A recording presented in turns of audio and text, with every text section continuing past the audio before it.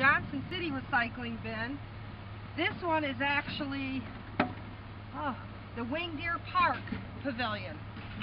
Doing my plastics here. Try to get here at least twice a week. So I'm actually in pretty good shape here today. Recycling is such a great thing to do. And they make it really easy for you here in Johnson City. Let's see, we're going to move on down to the glass.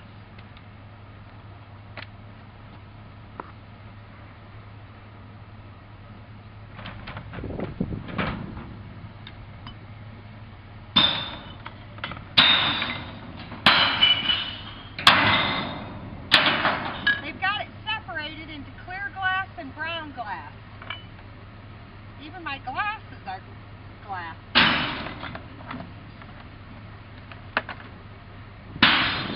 We've got aluminum.